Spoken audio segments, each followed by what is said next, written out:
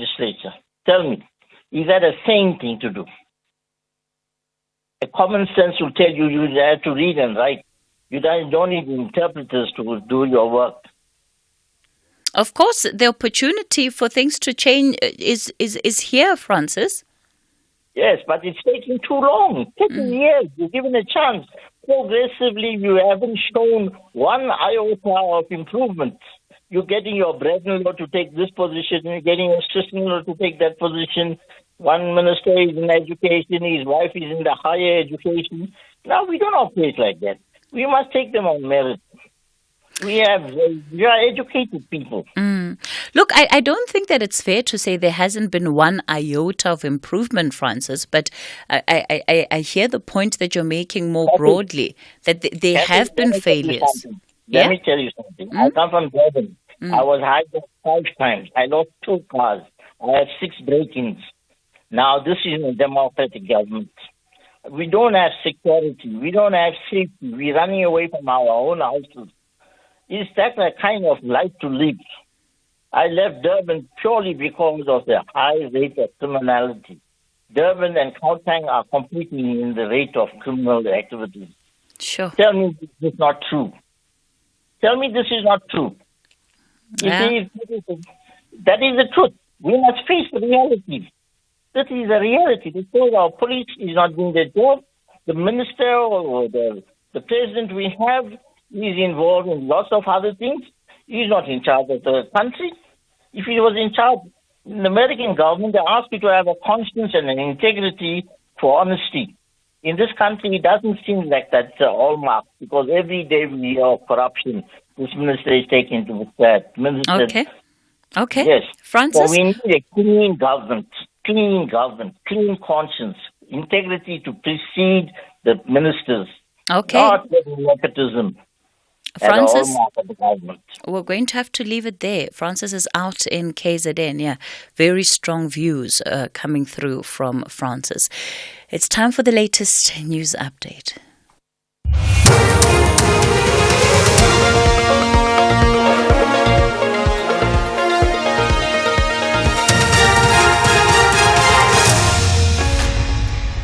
In our top stories, Mpox death toll rises to 2 and another body found following Eastern Cape floods. Good morning.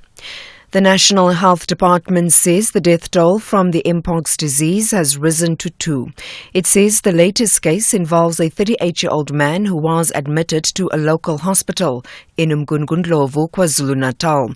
He tested positive for the Mpox disease yesterday. This brings to 6 the total number of cases in the country. Symptoms include a rash and a headache. The department spokesperson, Cathy Mohlahlana.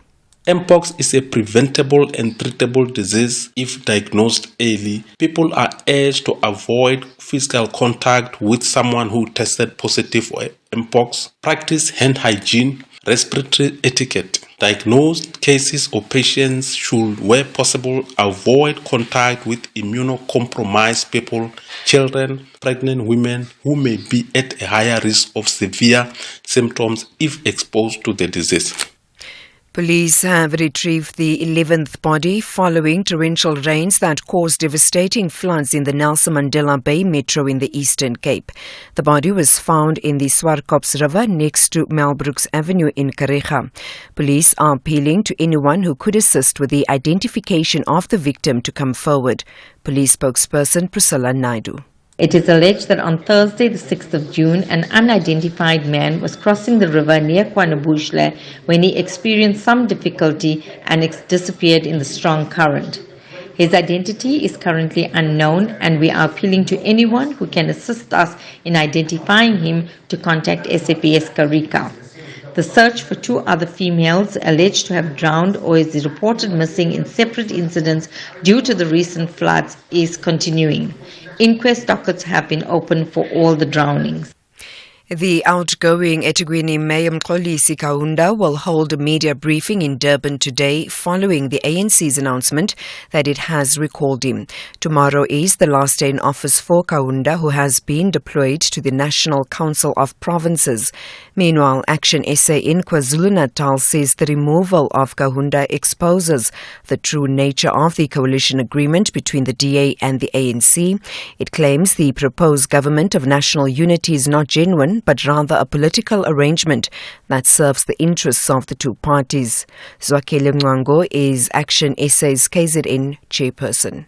We see what we've been really expecting, that at some stage the DA and the ANC will come together and form government. And we see now from national level, they are now scared of calling their coalition a coalition. They now decided to will address it as GNU. There is no GNU where you have conditions that you're going to be on GNU, but you don't want party A and B. The Ngwate municipality, which includes Parys in the Free State, has admitted it's struggling to address the water crisis in the area. This follows residents' call on the municipality to seek a permanent solution to the crisis. Some say they've been using communal taps for more than 5 years. Municipal spokesperson Steve Nale. Our water treatment plant in Parys is currently producing 12 megaliters, while the demand is 19 megaliters. Furthermore, the municipality has appointed a contractor to refurbish our water treatment plant through funding from DWS, and this project is ongoing.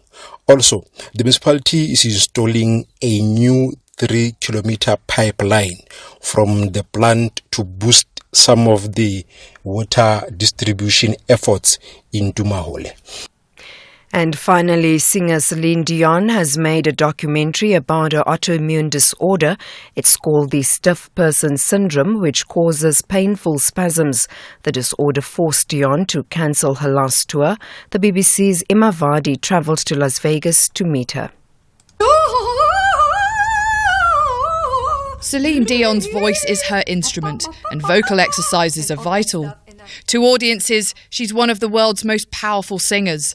But she revealed that for years behind the scenes, she was experiencing symptoms that went unrecognised. Now, in a new documentary, she explains how she's being rehabilitated and is now planning a new show in Las Vegas. Because I'm back. I'll be on stage. I don't know when exactly. But trust me, I will scream it out loud. Recapping the top story, the National Health Department says the death toll from the Mpox disease has risen to 2. For SAFM News, I am Anne Musa. SAFM 104 to 107 nationwide, leading the conversation. Mama Gide, I heard Rand Water talking on the radio about how dangerous it is for people to encroach on their pipeline servitude. Yes, those high-pressure Rand Water pipelines are under the ground distributing megaliters of water. When people build on top of the pipeline, Rand Water is unable to conduct maintenance on the pipeline, which has a negative impact on water provision. Pipelines can burst without warning. People could get seriously injured or worse. Yes, people can die from a bursting pipe. That is why people need to understand that Rand Water servitude is where a Rand Water pipeline is located. If we build our houses or businesses on a Rand Water servitude, then we are encroaching on that servitude. They say if communities want to know whether they've encroached over servitudes, they should look for the Rand Water beacons. The beacons indicate the presence of Rand Water pipelines under the ground. They're rectangular, made of concrete, are painted either white or blue, and have the Rand Water logo on them. Let's take a walk around our area to see if there are any Rand Water beacons so that we can also tell the neighbors. Rand Water, celebrating 120 years of existence and still finding new ways to provide clean, portable bulk water.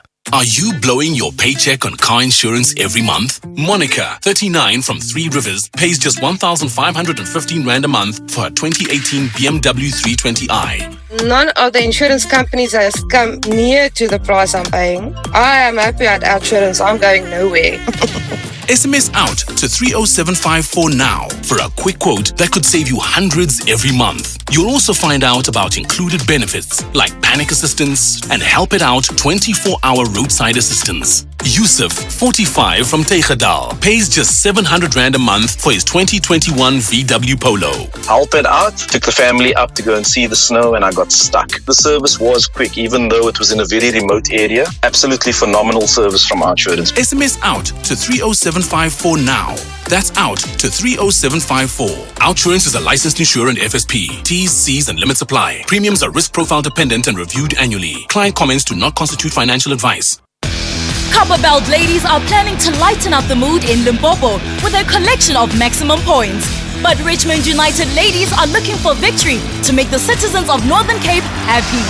This is the Hollywood Bet Super League. Catch them Mzansi Queens of the beautiful game. Copperbelt Ladies FC versus Richmond United Ladies FC on Sunday 16 June at 2:30 p.m. Live on SABC Sport on DTT Channel 4 and SABC 1. Also available on SABC Plus and SABCSport.com. Hashtag We Love It Here. Brought to you by SABC Sport. For the love of the game.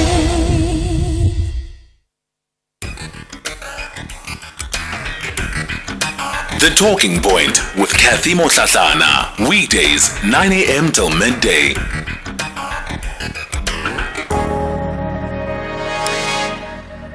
It's 9 after 10 o'clock. Welcome to the second hour of The Talking Point. For this hour today, we're going to be speaking with the incoming parliamentarians, but specifically the young MPs, and looking at what they are going to be championing as they take up these roles, and how they're planning on ensuring that their voices, especially in as far as it concerns the interests of the young people of this country, are not going to be drowned out by everything else that takes place in Parliament.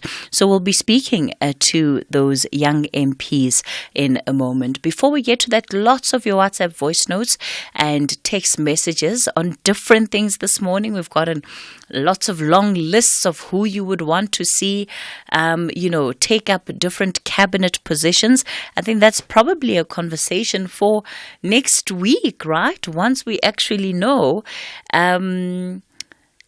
who the president is going to be. Yes, by all indications, it's likely to be President Cyril Ramaphosa, but we just have to wait for the next 24 hours. One listener sent a message, and they're saying that they're waiting for a checkmate from Nkandla. And of course, that's really a sentiment to say, well, nobody must get comfortable. Nobody must get comfortable as yet. So lots to still unfold in the next 24 hours rather. So before we get into our conversation, let's take some of your WhatsApp voice notes from the open line. Let's have the conversation. WhatsApp voice notes on 0614 104 107.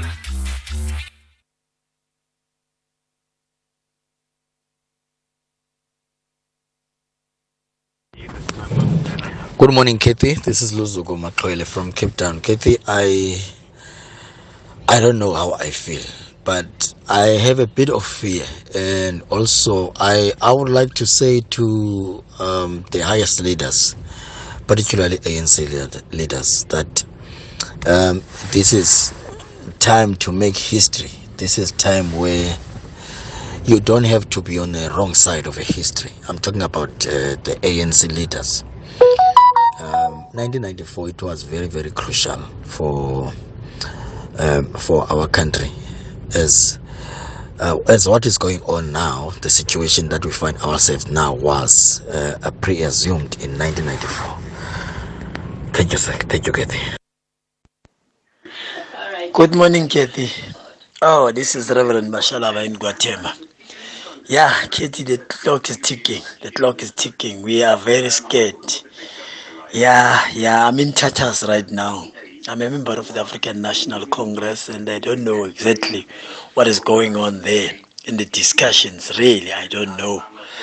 Yeah, I'm so scared. But I want the government of national unity to involve even the EFF as well as the NFP and IFP, not MK, because MK's got their own agenda.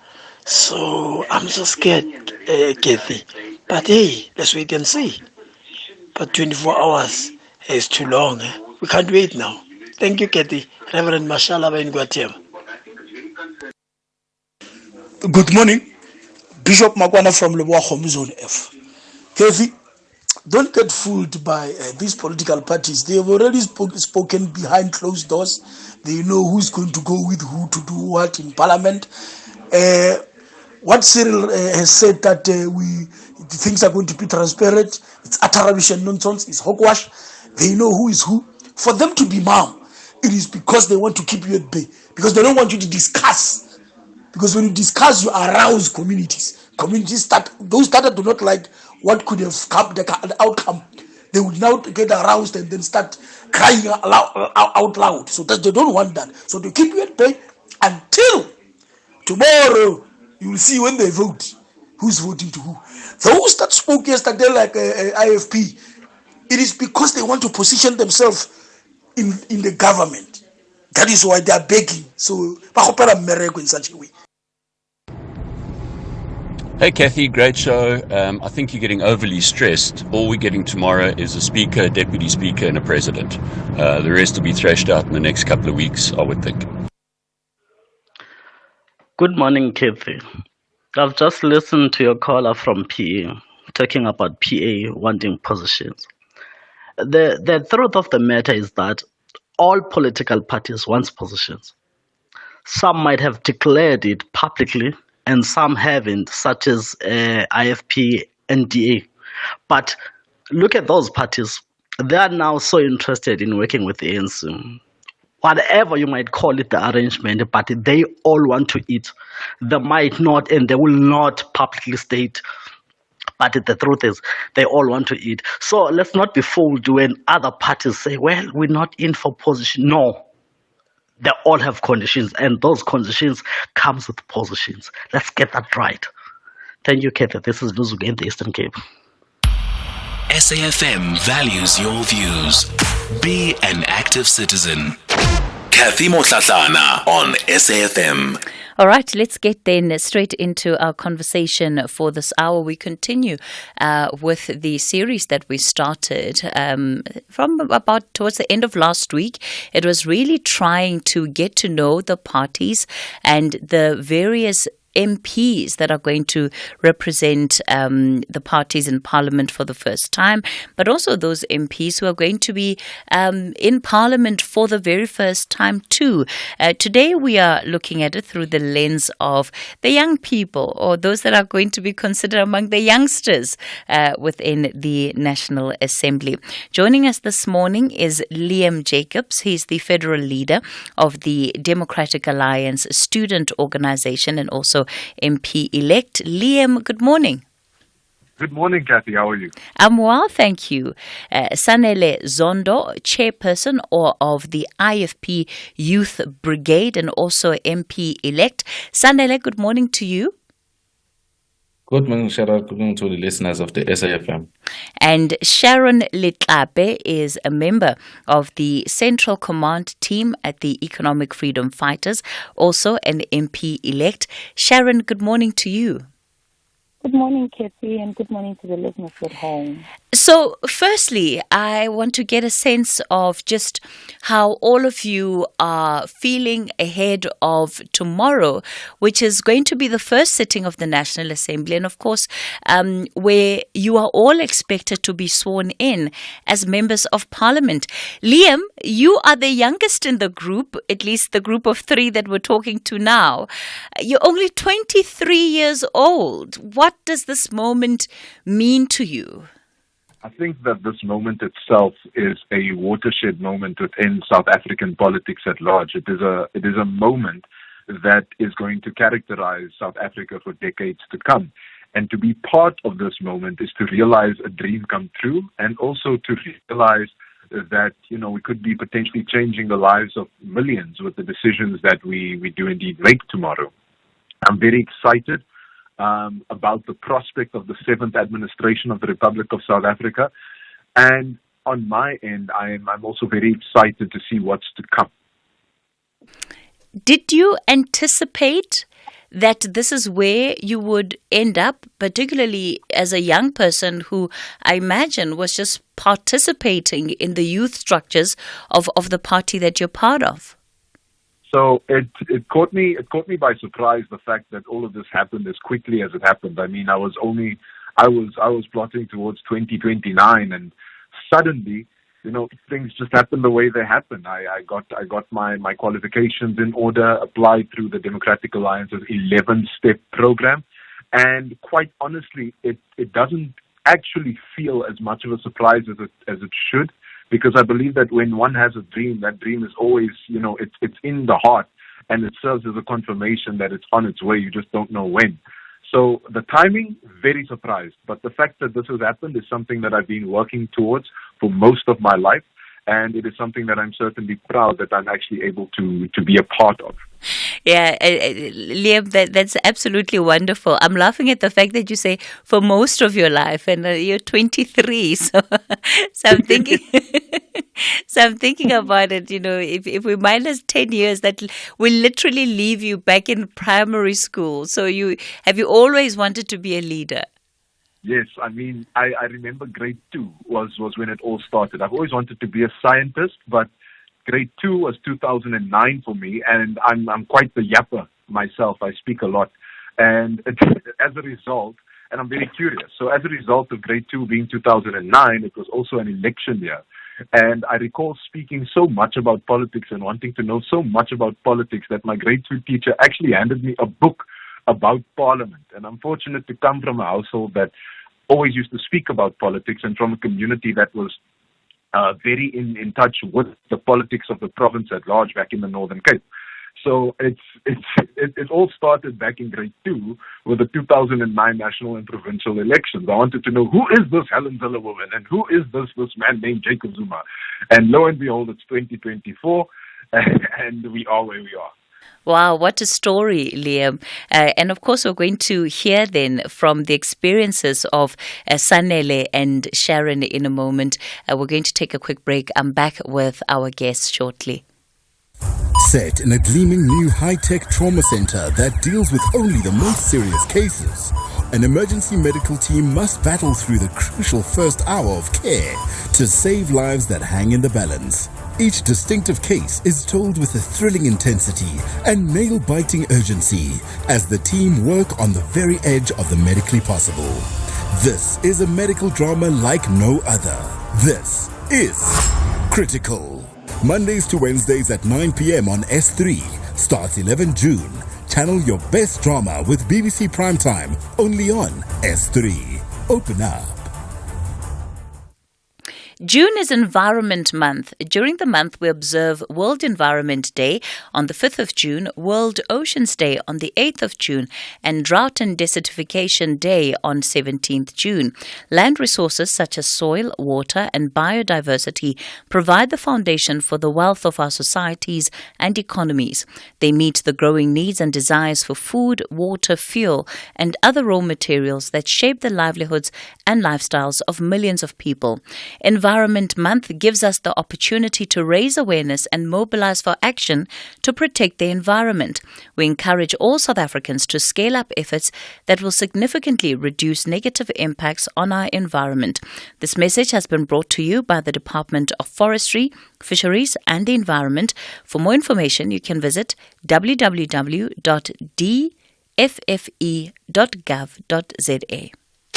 Cathy Mohlahlana on SAFM. We continue the conversation on the talking point. We're speaking to our young parliamentarians. We've already heard from Liam Jacobs, only 23 years old. He's with the Democratic Alliance. He's the federal leader of the student organization. Up next, we're going to hear from Sharon Letlabe. Sharon is a member of the Central Command team at the Economic Freedom Fighters and an MP-elect too. Sharon, good morning to you. And good morning to you again, rather. Perhaps tell us a bit about how you're feeling and reflections on your own journey that has landed you where you are today. No, thank you very much, Cathy. I think before we even get excited with the fact that we are now members of parliament, I think to us it just becomes more work. We're adding on to the responsibilities that we have been given already. The EFF has always given us responsibilities to ensure that we represent young people in the different spheres. I'm a former Treasurer General of the EFF Students Command, the first layer when it was established. And we've really just been activists on the ground for the longest time. We've learned to grow in the ranks of the EFF. And I think this is really just a vote of confidence from the economic freedom fighters to say young people need voices and not everyone can go in, but we as an organization feel confident that if we put you, then the young people of South Africa will finally get representation. And we are really honored for that. We are grateful that we're given this opportunity, and we are excited that now we've got a responsibility of representing the millions of young people that we meet on the streets, on the picket lines, and have their voices, but needs our voices to be heard in higher structures. And this is the highest house of the country where laws and policies are made, and we're excited that we're going to be part of it. And we are finally going to put down what young people say, on a daily basis. And we are going to try and ensure that in whatever policy and laws that are passed, they don't pass without young people finding expression, and that those laws and policies have got the best interest of young people. So we are excited to be representing this particular population that needs a lot to be addressed to. Has it always been a personal aspiration of yours, Sharon? Yeah, it has. It starts I usually say when we grow up, you don't really put attention to it. But when you make reflections with those you grew up with, they'll tell you, when we grow up, whenever they've got a challenge, that they would never want to go and face a teacher or a principal without you being there, because they feel that if we have her in our group, then we're going to at least find expression. And representing those around you has always been something that we find interesting, and we find comfort in becoming a voice of those who are not able to voice out. When we entered universities, we really tried to ensure that as you are a student and you're here for your academics, but there is this fire inside of you that forces you to say, there's certain people that you need to stand up for, and it becomes your personal responsibility that at all times you must be available for those who are not able to represent themselves properly. So personally, it's something that we've known all our lives. I'm just about to enter the third floor now, and being an activist is all that I know. So it is a personal, Look, I still think it's a great achievement nonetheless, right? The fact that you're about to enter the third floor, you're still, by the way, a young person. You still have at least 5-6 more years to go before you're kicked out of that category. I've been officially kicked out of that category, so enjoy it while it lasts. Let me then give Sanele a chance to give us his own take. Sanele, how are you feeling? What has been going through your mind as you reflect and as you plan for this next chapter? Maybe for me, Chat, I think it's a different case. I'm already 32 years. I've been in the office at other spheres of government. So the journey of politics for me has been bumpy. Right now, we're entering the 7th Parliament with a hope, with a new thing in the House. Government of National Unity, it was tried in 1994. Somehow didn't even finish the term. It was the first parliament, and then now we are trying it again at the 7th parliament, because the people of South Africa have given us that mandate to go and cooperate with each other, go and try to understand each other, try and work together. There's a lot of confusion in terms of voters down there. You are given one opportunity to vote for the province, one opportunity to vote for national and regionally also. And you can't decide for the next person to come to the voting poll to who he or she is voting for. So that's why we are finding ourselves in this dilemma. But one is excited to be a member of parliament. The opportunity, I think, I will not say I'm surprised, because we, as the young people, especially in the IFP, we have worked so hard for this thing to come. So the result that we got, the representation that we got, it's not like we are being given an opportunity to showcase ourselves, but we are being given an opportunity because we deserve so, and we've worked for that. And one is looking forward to make sure that he equipping our young people in all corners of South Africa, because my constituency as the national chairperson of the IFP brigade is not where I live or where my home is. My constituency is South Africa, all over South Africa. I have to touch the lives of the young people. I have to make sure that I enforce policies of the IFP in every corner of South Africa, so that, because I believe that they are the right thing to do. In fact, they are the right alternative to rescue South Africa, to rescue the young people of this country. If you are talking about education, you're talking about jobs, employment, you're talking about the economy, there's a lot that we need to change in this government, so that it will suit young people and it will empower young people. The opportunities, they need to be equal to everyone.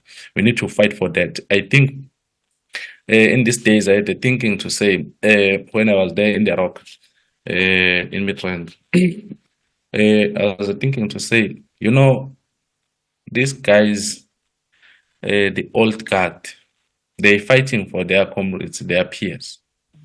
That's why we are seen as young people as a threat, because we are a new animal in the house. And I don't know how we can foster that relationship, that understanding from young people to say one should look for another. We should prioritize young people. We should make sure that we empower each other, we support each other, even in parliament. As you can see that there are colleagues there who are from EFF and the DA. How can we work together as young patriots? How can we work together to uplift one another? How can we work together to make sure that we leave the mark, we shape the country, we're taking young people forward? Because the future of this country lies with us. The decision that we are enforcing today, that decision that will enforce the brighter future for a young generation to come. I think this generation, we need to work together, empower, complement each other, support each other, so that we'll shape this country forward. I think my mission this time is that. Let me pause you there. We're going to have plenty of time to continue in a moment. It's time for the latest news headlines.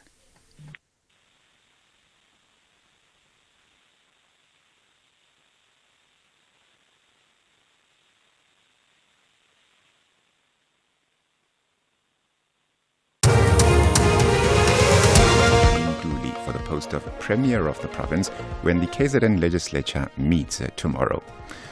The health department says the death toll from the Mpox disease has risen to 2. And Zimbabwean President Emmerson Mnangagwa has conveyed his condolences to the government and the people of Malawi following the death of that country's Vice President, Saulos Chilima.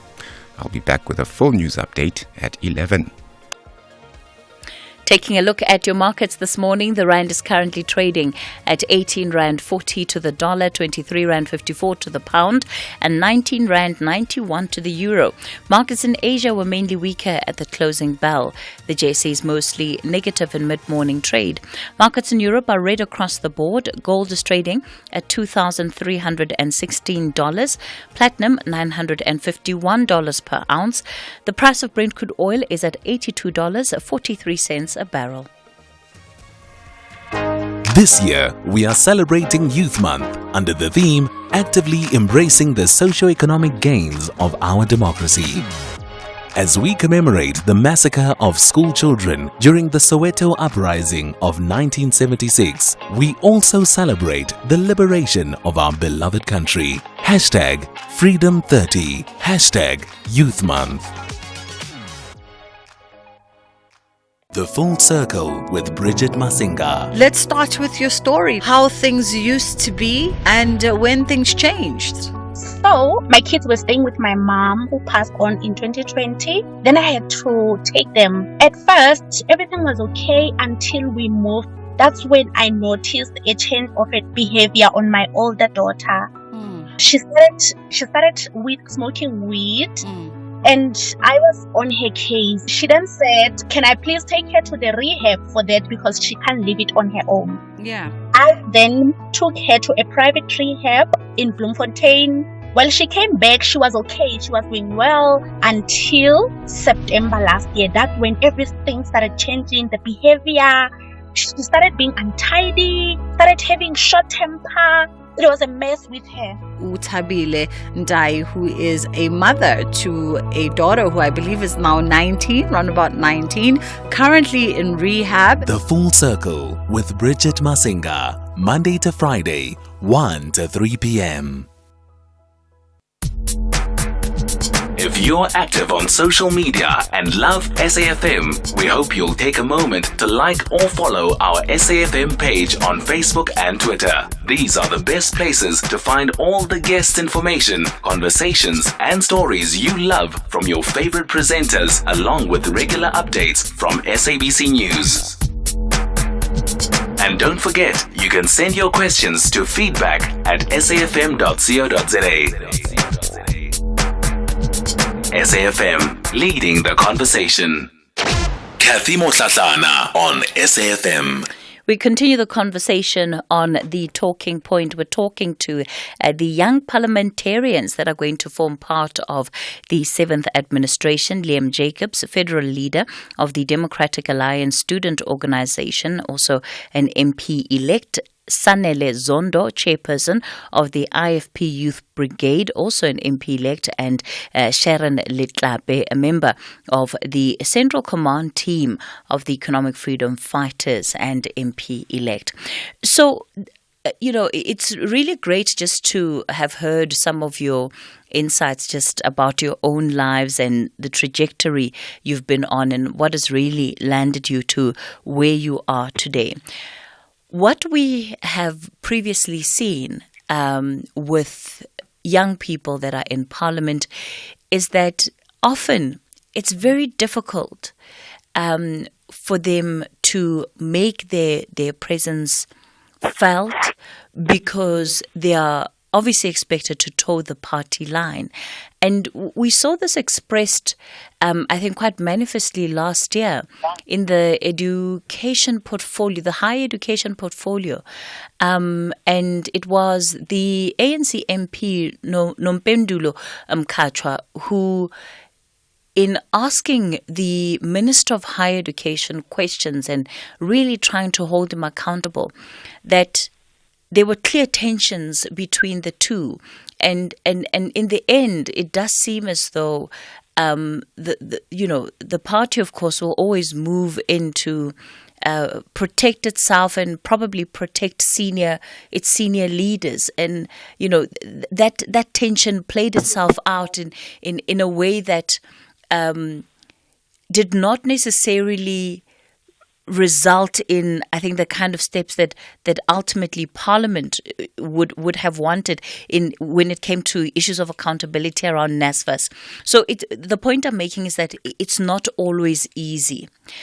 How are you going to ensure that you are able to hold members of the executives accountable, even if those members might be members of your own political organizations? Liam? So let me say this. I think, first things first, I heard something very interesting from the gentleman from the IFP, and that was around working together. And I think that is something that is really going to characterize this next aspect, or rather this next milieu of South African politics at large. It's going to take that fundamental thing that we all have as South Africans, which is being able to work together through adversity. But around this question of accountability, it really speaks to making your presence felt. And I think that as young people, particularly young people from Gen Z, I think that we possess this thing whereby we don't necessarily do it the way it's always been done. And I say this to say I've been making my presence felt across social media for the past 3 years, amassing over 35 million views just talking about politics. And I say that to say that is how you make your presence felt. You ask the tough questions, and you should not have fear or favor, because ultimately the role of Parliament is to hold the executive to account. That is one of its major roles, is to hold to account in the name of the Republic of South Africa and in the name of protecting the interests of the Republic of South Africa. So as a young person, it is actually going to require stepping away from the fear that you may have and coming towards this place of honesty and of true bluntness around what it is that is going on in South Africa. I mean, it can't be that in 2024 that we are afraid to hold those above us, or in quotes, above us, to account. We need to ask the tough questions, because the people of South Africa who are living in tough situations demand tough answers for their tough realities. And that is the truth of the entire matter. We need to keep ensuring that as young people, that we are not drowned out by the ways of the old, but that we usher in ways that really make a meaningful impact and that really democratize the space. And when I talk about democratizing the space, that is when I'm talking about social media. And it also is when I'm talking about really democratizing the space away from typically held norms. Being in Parliament and being effective in Parliament means spending a lot of time reading and understanding not only how the processes work, but your individual contribution as a member of Parliament to whatever is on the agenda on a set day. What we've seen, and this is probably part of what also resulted in that court ruling by the Constitutional Court against the Fifth Administration, where it was found to have failed in its duty of holding the executive to account, is that they just simply did not do what they were supposed to do. Sharon, how are you planning on bringing that efficiency to Parliament, and perhaps in a way that is just beyond what your party may stand for, what your party may represent, because you as an individual still have to bring your own, you have to bring your full self in that position. Well, Cathy, you know how Parliament is structured is that individuals are able to make their own contribution effectively as they can come in the portfolio committees that they are allocated, because political parties deploy members of Parliament to the different portfolio committees that they believe will be best represented in.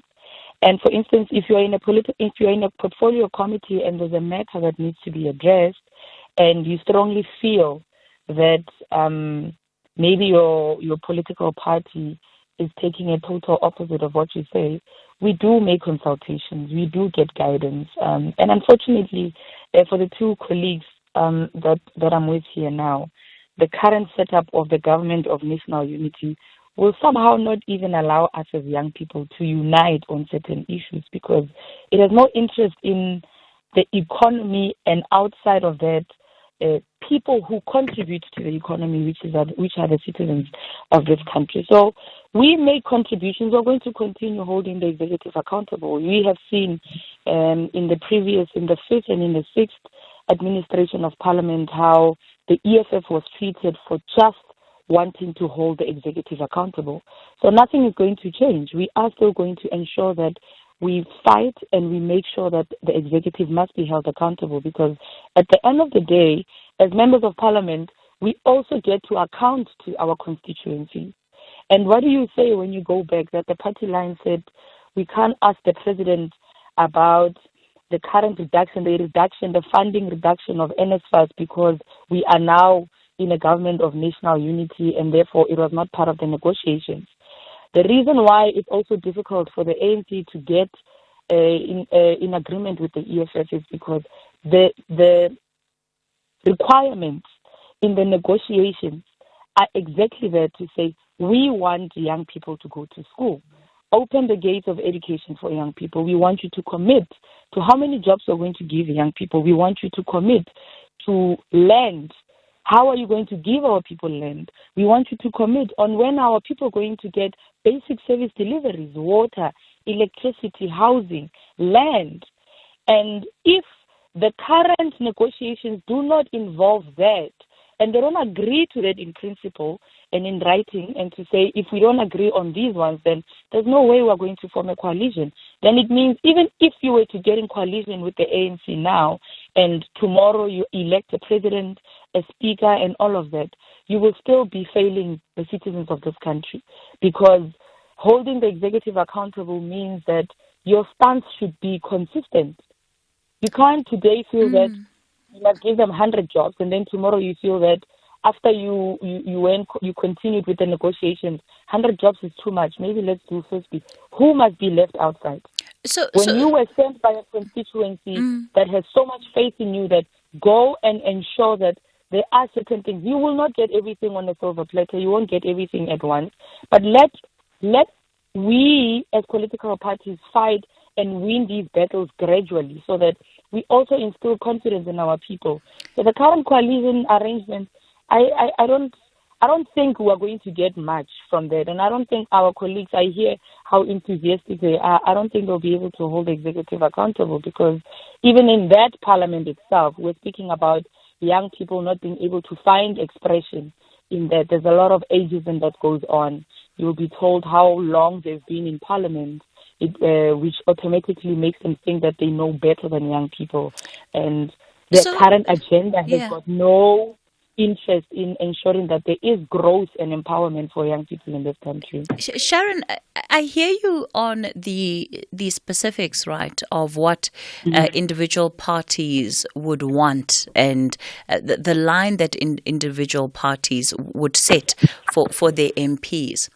But I think there's also, is it not a missed opportunity for young parliamentarians to find areas of commonalities of working together, in particularly championing issues that affect young people?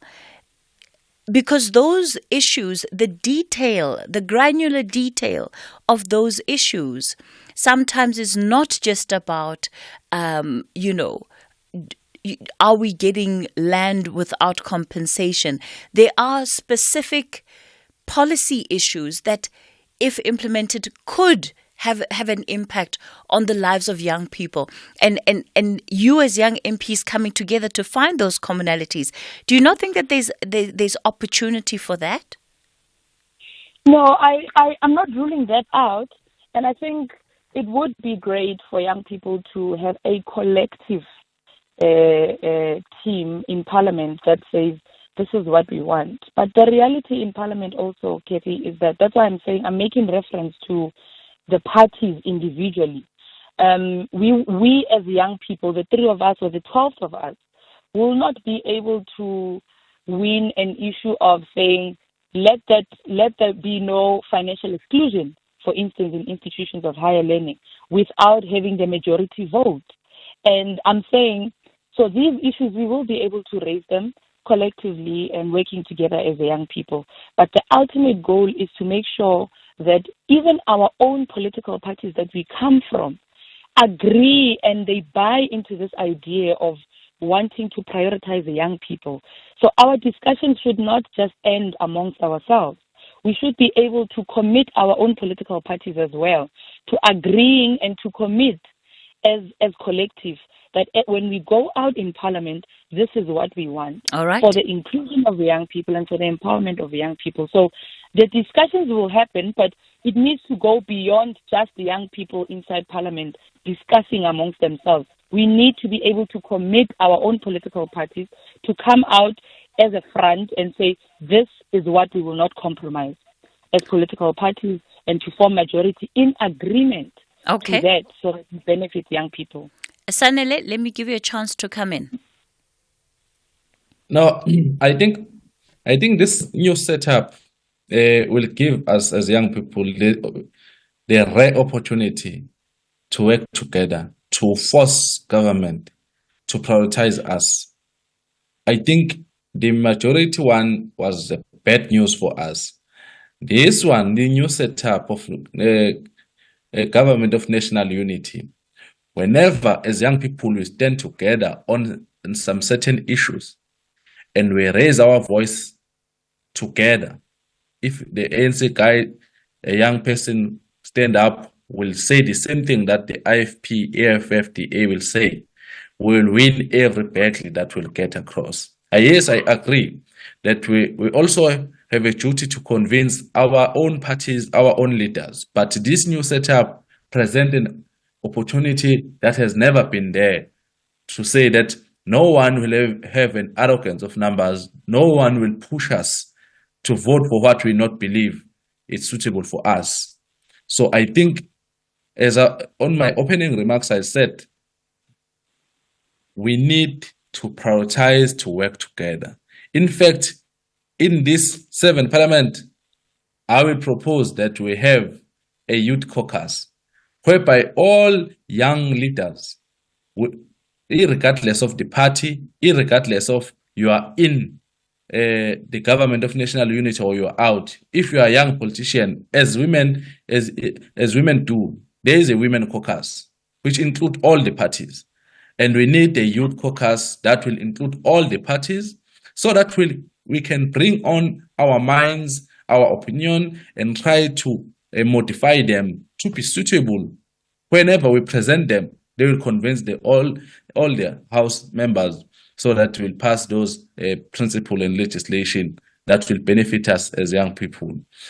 You know, the challenge that we have as young people is that some of us, if I may not say some of us, if I may say some of young leaders emerge from their political parties because they have close proximity with leaders, and others they have a relationship with leaders. Then that is the bad thing, because those people, they are not independent thinkers. We need young independent thinkers that will present their case, that will stand firm on the position of young people. I'm really urging young people to this time around, let's come together. You said Nompendulo had a rough time with Dr. Brenzimande. Fortunately, I was part of that because we understood the amount of pressure that we have, or young people have, in terms of NSFAS and the education in the higher learning.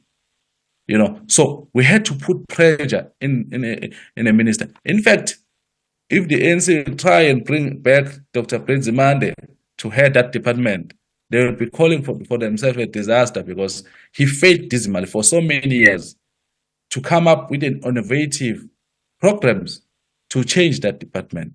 You know, instead, that department became a milking cow. All the thing that they were trying to do was the way to milk the money from that department through NSFAS and other component of higher education as they sitters and so forth. So I think now we need young minds. We need young people to lead that department so that they will be innovative, so that they will have a youth heart, you know, because you need someone who's attached to young people in order to prioritize the challenges and the solutions of young people. All right. Thanks for that contribution, Sanele. I want to bring in just the views of our listeners. Stephen, you're calling us from Centurion. Good morning. Yes, Melky, how are you? Good, Stephen. Go for it. From where I'm sitting, Katie, I think as long as you still hide behind those parties, you know, those old people, their message will never come across. They will never, ever, ever get what they want, really. I think, look now, Katie, they're coming from different parties. Some of those parties are rejected by the community because of what they presented as their manifestos. So youth must unite, come together as one, and then talk about, present their case. When we go into election, there must be a movement, at least of some sort, that represent youth.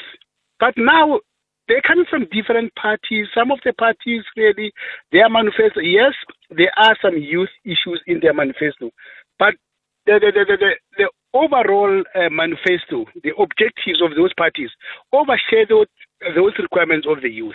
So until youth comes together, forget about the differences of those parties and get out of the shadow of those old people, form movement and present their case. That is the only way that they will get what they want. Thanks, Katie. All right, Stephen, thanks for that view. And I'm inclined to agree, right? Because the only way that you are able to strengthen even a view is once you're able to consolidate voices around it, and then you begin the lobbying, whether it's within parties or across parties, but it can't happen.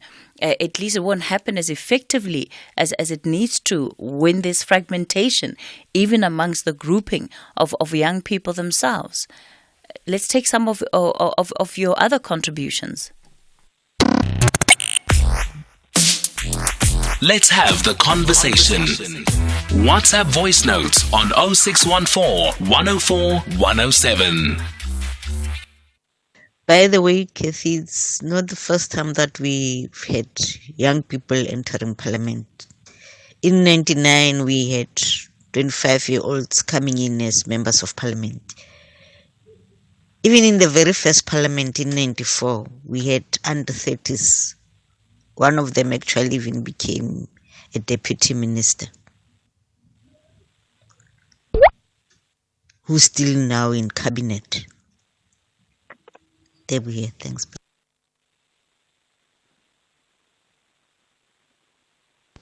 Good morning, Cathy. UJ Amaskral, yeah. To this young generation going to parliament, especially EFF, please, they should grow up. Climbing tables, climbing chairs is not a solution.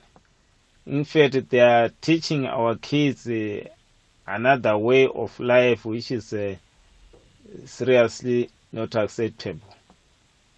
They should grow up, raise any motion with the right manner, not climbing tables and cities and things like chairs. Yeah. Thank you. Hi, Cathy. Bantum Chiselo here. Congratulations to those young guys who are going to Parliament as MPs. But a special congratulations to the young lady of the EFF. I love your conviction. I love how you present your opinion. Stay strong, Sissy, and keep up the good work. Good morning, Cathy, and to the listeners. Wow, what a wonderful conversation you are having there with those three young leaders. And what I like about them is that I don't hear them talking about my party this, my party that. One cannot help it but to sort of smile and imagine the seventh administration being dominated by the young people who are not there obsessed with party lines, but about working together and doing what is in the best interest of the people. I say big up to you, Cathy, for driving such a wonderful conversation, and big ups and all the best to those three young leaders. May they exercise their youthful thinking and intellectuality. Bashu from Limpopo. Hi, Cathy. It's St. Peter Maritzburg. The challenge for the younger generation is to change Parliament from being an old age house and into a house where there's a battle of ideas, new ideas and also ensure that public policy gets developed in a manner that it represents the voices of many South Africans in their diversity. They've got a greatest challenge and I look up to them. SAFM values your views. Be an active citizen. All right, thanks for those views from our listeners. So as we get ready then to round up this conversation, I'm going to ask you to please describe very briefly, just use three words to describe what you are going to be bringing to Parliament, the difference that you believe you're going to be bringing to the 7th administration. Liam, let me kick it off with you. Your three words. Energy, energy, energy. Okay, thanks for that, Liam. All the best. Sanele, your three words? Enthusiasm, innovations, and solidarity. Wonderful. And we wish you all the best as well, Sanele. Sharon, you'll have the last word. Three words of what you're going to be bringing to Parliament? We'll definitely bring more robustness. We'll bring diligence to the work, and we'll bring commitment to the young people of South Africa. All right, Sharon, thanks for your contribution to this conversation too. Okay, so those then, some of the voices of the young people who will be part of the 7th administration of Parliament. Yes, I heard the voice note earlier saying that it's not the first time. Of course it's not the first time. We're not suggesting that it was the first time, but nonetheless important, right? Because these are roles that can shift over time, and perhaps how young people also see themselves in those roles has the opportunity of just getting so much more done than perhaps has been the case previously. On the other side of the 11 o'clock news, you heard about the Government of National Unity, the coalition, or whatever it is. So we'll hear from the political parties, at least two of them, the Democratic Alliance, the EFF. We'll then also hear from our senior reporter and Hashra Omashri, who's senior reporter with the Business Day. So we did reach out to all political parties, by the way, that have been involved in the talks, and those that have not been involved in talks around coming through to the show. The ones that you will hear are those that actually responded and came back to us. It's 11 o'clock, time for the latest news.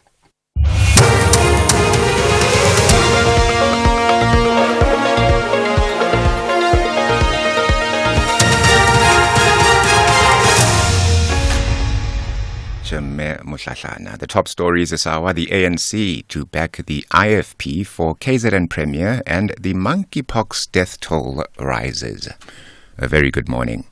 The ANC in KZN says it'll support the IFP's Tamin Duli for the post of Premier when the provincial legislature meets tomorrow. The clock is ticking for political parties to reach agreements ahead of the formation of the ANC's proposed Government of National Unity.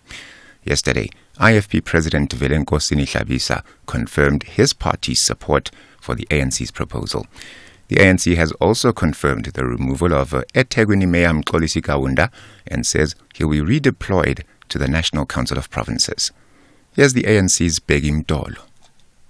Yeah, I will support Tamin Duli because I think these are the parties that eventually we think will work with, and then the IFP, we have worked with the IFP for 30 years in KwaZulu-Natal from 1994, even at the heart where our relations with the IFP were at a very bad state around the 90s.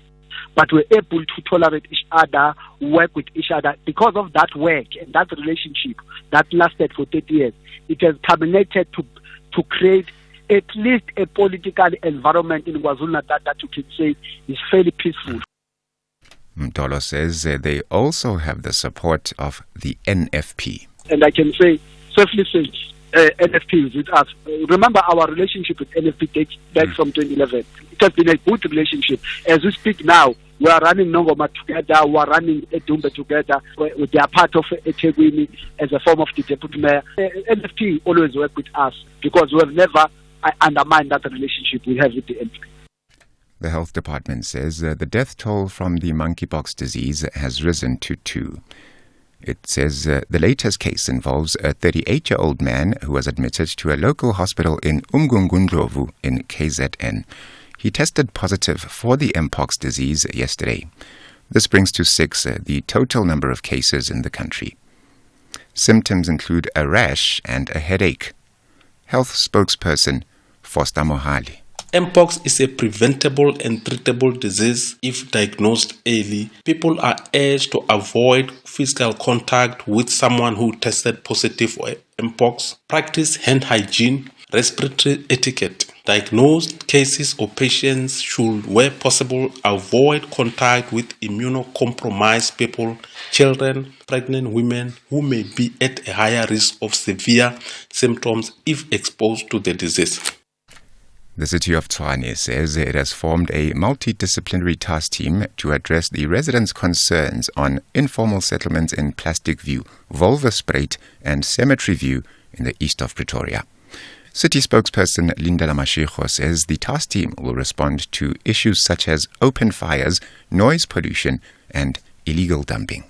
The city understands that there is significant frustration over the issues in these settlements, but we want to assure residents that we are deploying the maximum amount of resources that we can try and respond some of the issues that are arising in these areas. Further to that, the city is also going to be deploying measures to try and prevent illegal dumping from taking place in the area. And Zimbabwean President Emmerson Mnangagwa has conveyed his condolences to the government and the people of Malawi following the death of the country's Vice President Saulos Chilima. Chilima and 9 others died on Monday when the aircraft they were traveling in crashed after it disappeared from the radar. The Vice President's body has arrived in the capital Lilongwe and funeral arrangements are underway. Here's Mnangagwa's message. My sincere condolences to our dear brother, His Excellency President Dr. Lazarus Chakwera, and the people and government of the Republic of Malawi. Following the passing on of the Vice President of Malawi, Honorable Dr. Saulos Chilima, and the 9 other people in a plane crash. The top story at 11 o'clock, the ANC in KZN says it'll support the IFP's Tamin Duli for the post of Premier when the provincial legislature meets tomorrow. For SAFM News, Kemudupi Makhalemele. SAFM 104 to 107 nationwide, leading the conversation. Come closer. Over here. Man, oh man, do I have something to tell you. Huh? You know what would happen if you weren't here? No SABC Sport, no Skim Sam, no Uzalo, no Deal or No Deal, no Too Hot to Be Single, no family meetings, no radio, no nothing.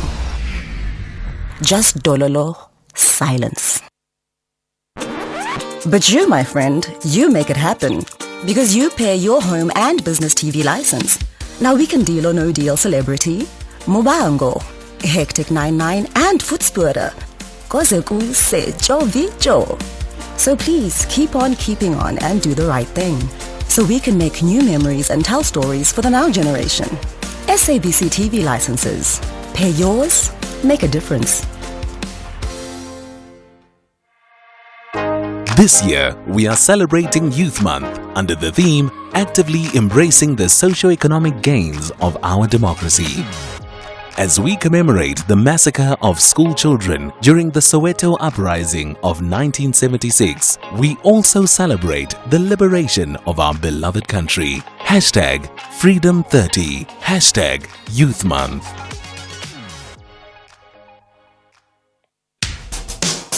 SAFM has signed a code of conduct that is enforced by the Broadcasting Complaints Commission of South Africa. Under the code, we are committed to giving news that is accurate, comment that is fair, and programming that is not harmful, does not amount to hate speech, or contain violence or explicit sex. If you think we are not living up to that code, then you can inform the Broadcasting Complaints Commission of South Africa. Direct any complaints in writing to the Broadcasting Complaints Commission of South Africa. PO Box 142365, Craig Hall 2024. Fax to 011-326-3198 or an email to bccsa@nabsa.co.za. For more information, please visit www.bccsa.co.za.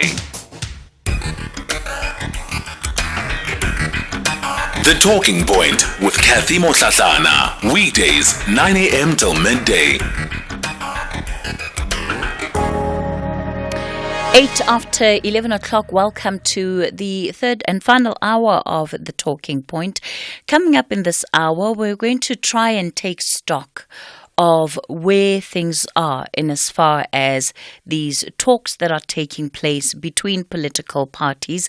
What do we know this morning around the state of play? What are we expecting in the next 24 hours that could well give us an indication of how tomorrow sitting of the National Assembly is likely to play out. On the line, I'm joined by Soli Malatsi. He's the national spokesperson for the Democratic Alliance. All right, Soli is going to join us in a moment. Hajra Omarji is political editor at Business Day. Hajra, good morning to you. Thank you so much for your time this morning. Good morning, Cathy. I come from SABC, from SFM, so it's always a pleasure. I see there you're drawing on those old connections, Hajra. Hajra, it's a pleasure to have you on. Thanks for making time for us. Okay. Hajra, just hang 10 for me. I think Lebo might have to call you back. The connection to you is not great. Let's try and get Hajra back on a different line. Samkele Maseko, SABC senior political reporter. Samkele, good morning. A very good morning to you, Cathy, and to the listeners. Vuyani Pambo, Member of Parliament for the EFF. Vuyani, good morning. Good morning to you, Cathy, your listeners, Samgela and Hajra. Thank you very much. Thank you for having me. So, Vuyani, I'm going to kick it off with you because I understand you're about to get on a flight. I'm assuming you're going to Cape Town for tomorrow's proceedings. Let's first start off with this question, Vuyani. For the EFF currently, what is the state of play? Confirm for us, does the EFF support the government of national unity or any coalition talks that are taking place currently? No, thank you very much, Cathy. We did meet with some of the parties, ANC in particular, and we did indicate, our interest, but also the people's interest that the EFF and all the other progressive political parties work with the ANC in a coalition. We do not agree to work with the DA. We did not put any conditions to the ANC, by the way. The only condition, or rather what we then put to them before we spoke about cabinet or positions, we put a broad sort of, outlook of what we really want to see. And one of those things is, expropriation of land without compensation, free quality decolonized education. We spoke about nationalization of mines and other strategic sectors of the economy. But in essence, we were simply saying that we need to come together and ensure that there is service delivery in this country. But it is impossible to say to us that we must work with the DA or the Freedom Front Plus, precisely because it is contrary to everything that we stand for, including the ANC, at least as far as they purport to be. So it actually makes no ideological sense to be joining hands with the Freedom Front Plus and the DA. These are the same people who announced and pronounced that the EFF is enemy number one. So what has changed? We're not desperate for positions. We are still in engagements with the ANC, and that's why when I was told we must do this interview, I said, okay, we can speak up to so far, because the engagements are still going on, as you would know, Cathy. I think they will happen until the last minute before the swearing in of the election of the president. So we are in a very precarious situation as South Africans. We must all accept that we did not win elections, including the ANC. The ANC has got 40% of the pie, meaning 60% of the pie lies elsewhere. And therefore, that must be reflected even in provinces. And this is the principle that we put there, that there must be a sharing of responsibilities accordingly. But at the same time, we can't then enter into a government of national unity which does not reflect that, but which does not hold the cabinet accountable. If we all create this poikikos that they are proposing that we must do, there will be no accountability. And how are you going to hold each other accountable? Vuyani, Times Live this morning is running an article that the ANC has resolved to terminate its relationship with the EFF, and it's also citing the developments in Ekurhuleni, where the mayor has removed the EFF Gauteng chairperson as the city's finance MMC, and it's using that as an indication of effectively the EFF being left out of whatever agreement might be there in the end, whether it's a coalition, whether it's government of national unity. Your response to that? Indeed, Cathy, I think Times is not too far. In the sense that we did not know about the removal. We found out through a media statement like any other South African. Now, it is not honest. It's not within the spirit of co-governance. We were not taken through. We are partners in that metro. So it is true. Those are the signs that are giving us an offish taste about how the ANC is engaging in these talks. But the reality is this, Cathy, we have not stopped talking to the ANC, and I don't want to, solely rely on the newspaper articles and what is being said in public.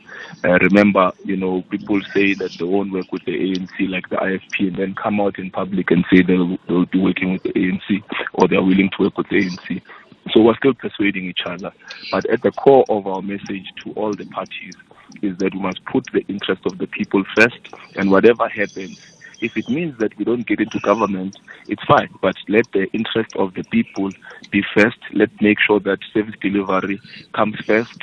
We make sure that we ensure, the future of the black children of this country and everyone who lives in it. So we are really working very hard.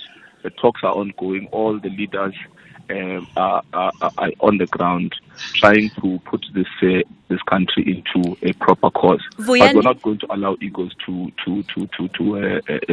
derail us. As things stand, very briefly, what is going to unfold in tomorrow's sitting of Parliament from the perspective of the EFF?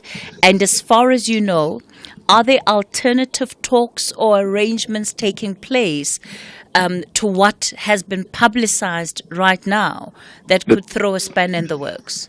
Indeed, Cathy, as I said, the talks are ongoing. They will happen until the last minute, till 9:59 tomorrow morning, just before, because it is a big, sort of transition, if you like, in this country. It's the first of its kind where we have such, a sharing of power that is, needed. But also, it would be very, untruthful for me to say what will happen tomorrow, as everything is dependent on what is happening today. We are engaged in talks, and we have not stopped talking. We will talk until you said you're talking to the ANC. Who else are you talking to? We have also spoken to the MK party and everyone else. Who's everybody else?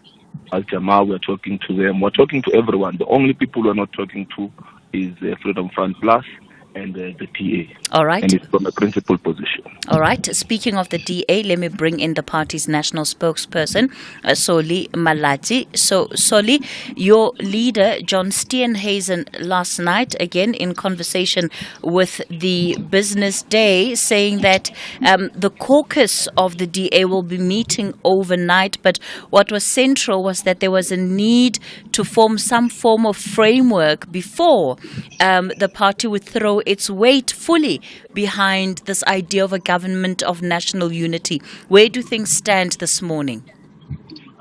Thanks very much for the opportunity, Cathy, and good morning to you and your listeners. So where things stand right now is that the outcome of the ongoing negotiations that have taken place since last week have resulted in a draft framework that is there, that exists, that encapsulates what we think are the broader issues that can guide a decision on whether or not to proceed in any involvement with this government of national unity. There are some outstanding things that need to be finalized, and until those are finalized, the negotiations will continue to be ongoing. And the key thing for us is that prior to making any final pronouncement on where we stand, it is important for that step of the negotiations, which is now on fleshing out the draft framework that we have presented principally to the ANC. And once that is finalized, we'll then be able to share what our decision is. We had a federal executive this morning that agreed with that approach, and we have a caucus meeting later today, which is much more a procedural issue of, inducting our members in terms of the processes that will unfold tomorrow. But at this stage, where we stand is there is no final deal because it hasn't been concluded, and until such time that it has been, we don't have a final position. How far are the details in this draft framework? How far do they go? Do they extend beyond tomorrow's election of a president, a speaker of parliament? Does it extend into parliament, or is it, does it extend into cabinet rather, or is it just solely focused on trying to get through tomorrow? Well, the complexity with these negotiations is that the immediate thing are the three crucial political transactions that must happen tomorrow, which is the election of the president, the speaker, and the deputy speaker, including the swearing in of members of parliament.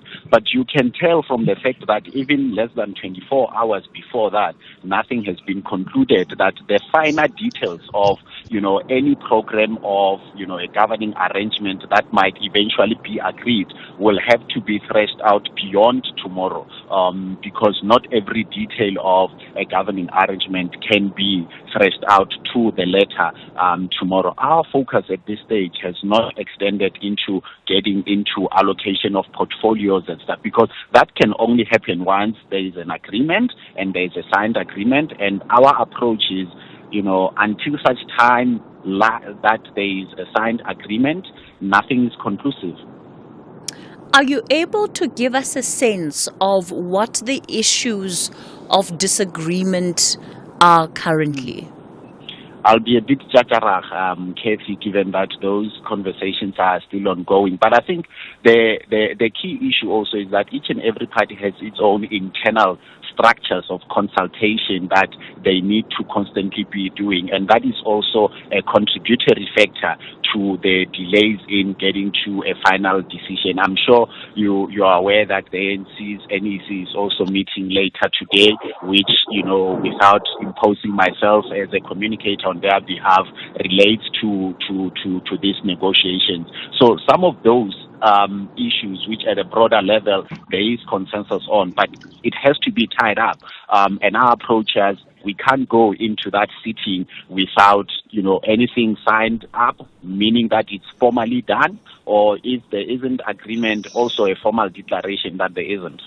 The EFF has stated again through Vuyani Pambo just moments ago that any agreement it's part of must exclude the DA and the Freedom Front Plus. They say they're continuing talks with the ANC. You, on the other hand, also have a condition that the EFF and the MK party cannot be part of any agreement that you are party to. Where does this leave things, Soli? Where does this leave the nature of whatever conversations are taking place right now? Because one could say that, yes, there's groundwork being done, but it looks like it could all turn on a whim. Well, at this stage, because everything is still ongoing, every eventuality is possible.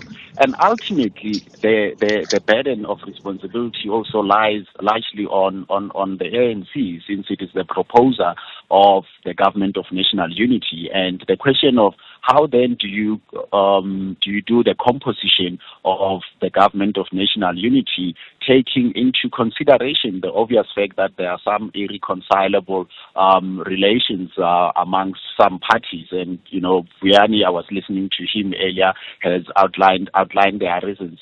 Our commitment has been that we are going to be involved in these negotiations in full steam, and we are going to explore them until such time that it is clear that we have a final agreement or we don't. Therefore, when we get to that stage, we will then explore our options going forward. But we are operating from our position, at least at this very moment, with the approach that a lot of legwork has been done in terms of the draft framework for a possible governing arrangement, and that hopefully, not even hopefully, the deadline insists that there must be a resolution as to whether we find each other or we don't, so that we can then proceed into tomorrow without this suspense that is all hanging over our heads. When will we know, Soli? When will we know who's going to call it? Is the ANC going to host a media briefing later today or tomorrow morning? Is the DA planning on doing that? So from our side, what I can guarantee is once we have a final decision on our approach, we will communicate and we'll communicate publicly. I cannot predict the time, and as Vianney also said, the fluid nature of these discussions means that the final decision could even be as late as tomorrow, a minute before the formal proceedings. But we want to operate in a manner that is much more focused and much more practical, that we would prefer that there is finality, at least by the end of business today. If not by tomorrow morning, we should be in a position to communicate where we stand, because we also think that, one, the ongoing suspense is not healthy to everyone involved in this process, but also that we need to go into this very first step of a very complex and complicated transition with a lot of laser-sharp focus. Okay, so Limalaji of the Democratic Alliance, we'll leave it there. Let me bring in our political reporters and editors, Hajra and Samkelo. Hajra, let me give you the first bite. A lot sounds like it's up in the air right now. The Trellidor Ultimate Big Blue Sale is now on. Get amazing discounts on the best security South Africans trust. With over 50 franchises across the country, you can always find a security expert near you. So call 0861 Trellidor or visit trellidor.co.za today. Terms and conditions apply. Unlock a world of benefits. Welcome to SABC's TV License Rewards program. Ready to make your viewing experience more rewarding? Say hello to perks that go beyond just watching TV. Join us today at sabctvlicenserewards.co.za and instantly receive your first reward. But wait, there's more. You can get up to 500 Rand back. Become part of something bigger, a movement where watching TV isn't just a hobby. It's a catalyst for positive change. Register now at sabctvlicenserewards.co.za and open the door to a world of benefits. Plus, every time you tune in, you're making a difference. T's and C's apply. Remember, TV license fees aren't just payments, they make a difference. Cathy Mohlahlana on SAFM. We continue the conversation on the talking point. So you heard then from the DA, the EFF, in terms of their own state of play when it comes to these talks around a coalition government. Hajra Omarti, Samkele Maseko are on the line. Hajra, I wanted to give you the first bite. A lot sounds like it's up in the air right now. Yeah, we're juggling multiple balls at the moment, and the next 36 hours is crucial to whether South Africa can chart a different path than we've been on for about the last 15 years. Personally, I am very sad for the EFF because I think the party and its leadership, especially Julius Malema, have spent a lot of time diligently building structures once he was kicked and others were kicked out of the ANC. And they have played, I think, a necessary role in South Africa's constitutional democracy over the last 10 years. But what has happened over the last week is that parties that seemed to be humbled by what the electorate decided in the election results and made very few demands in terms of the way forward and put their own personal and party interests aside in support of the national interest seem to be the ones that have been included in this possible government of national unity. The EFF and Action SA have up to this point been excluded. And I understand that because you cannot go to the ANC and say we will not be in the government of national unity if you join with the DA, and then the DA has more votes than you as the EFF. You cannot say we demand finance minister or deputy president.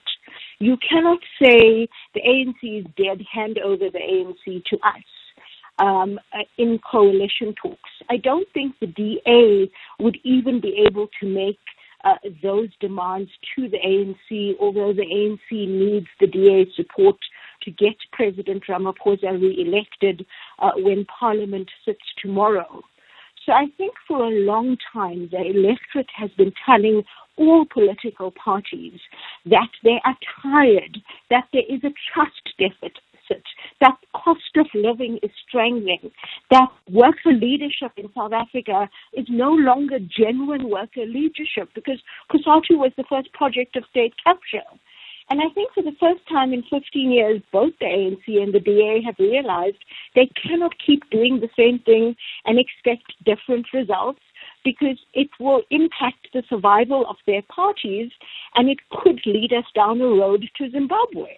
Because what has happened for 15 years, Cathy, is the ANC's share of the pie has gotten smaller and smaller, but they've kept doing the same things, eating more and more, living in a reality, living in a world far removed from reality, and it hasn't worked.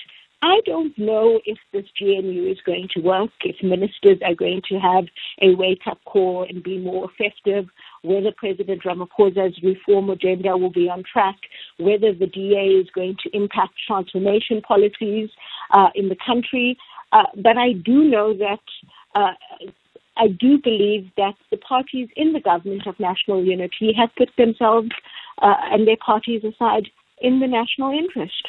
Okay. That's Hajra Omarji there. We're going to take the latest news headlines and then we'll also get a chance to hear from Samkelo Maseko. I don't know where the time is going in this hour. It seems to just be flying by. We'll continue this conversation in a moment. A very good morning with the news headlines. Ke Mudupi Makhalemele. Gauteng Police Commissioner Tommy Mtombeni says over 50 police officers have been arrested for various crimes, including murder, rape, and corruption. The Mohlahlana municipality in Limpopo has dismissed one of its managers implicated in corruption, and the ANC in KZN says it will support the IFP's Tamin Duli for the post of Premier when the provincial legislature meets tomorrow. A full news update coming up at midday. Conversations that you connect with and react to. SAFM. Cathy Mohlahlana on SAFM. We continue the conversation on the talking point. What is the state of play with these talks around the government of national unity, coalition government. What can we anticipate ahead of tomorrow? We've heard from the EFF, the DA, and the Business Day political editor, Hajra Omarti. Samkele Maseko, I know you've been waiting. You now also have a chance to bite at this very, very big elephant. Your own reflections of what is currently playing out, Samkele. Well, indeed, Cathy, it seems as if political parties have been eating this elephant piece by piece. As the ANC always says, when the elephant moves, it definitely shakes. This time around, it's definitely shaking on its knees. But what we can say is it looks as if there is a deal between the ANC and the Democratic Alliance. It's not yet conclusive, but the ANC's PEC in Gauteng took a decision to unplug the EFF everywhere within the province of Gauteng. KZN took a similar decision when the EFF was removed as the chairperson of human settlements and infrastructure within the eThekwini municipality about 3-4 months ago, and that ultimately tells you that the ANC is preparing for this government of national unity, which it trickles from a national level, provincial level, and also the local sphere. You'd also know, Cathy, that the mayor of the Zululand district municipality, Reverend Thulasizwe Buthelezi, who's also the Prime Minister of the Zulu Nation, has resigned as the mayor of the Zululand district. He is heading to the provincial legislature, which also opens up a gap there where the ANC has been vying for that particular district. And one wonders what will be the renegotiated settlement on who governs these particular municipalities at a district level, at the municipal level, also at a metro level. In Ekurhuleni, the ANC fired Nkululeko Dunga, which sends out strong signals that they are also coming for Mgcini Mchakwe in the city of Johannesburg, and where the AFF also has MMC position. So ultimately, it does look as if the EFF has been and is being unplugged in every aspect of governance where it exists or coexists with the ANC. What do you think that is a function of, Samkelo? Is it a function of the demands and conditions that the EFF has put on the table? Are they collateral damage, in what have been very competitive and intense talks between political parties, especially because we know that there are constituencies within the ANC that supported talks that included the EFF, the likes of the SACP COSATU have come out publicly to say that they would much rather support a coalition of the MK, EFF and other aligned forces than they would a DA coalition with the ANC.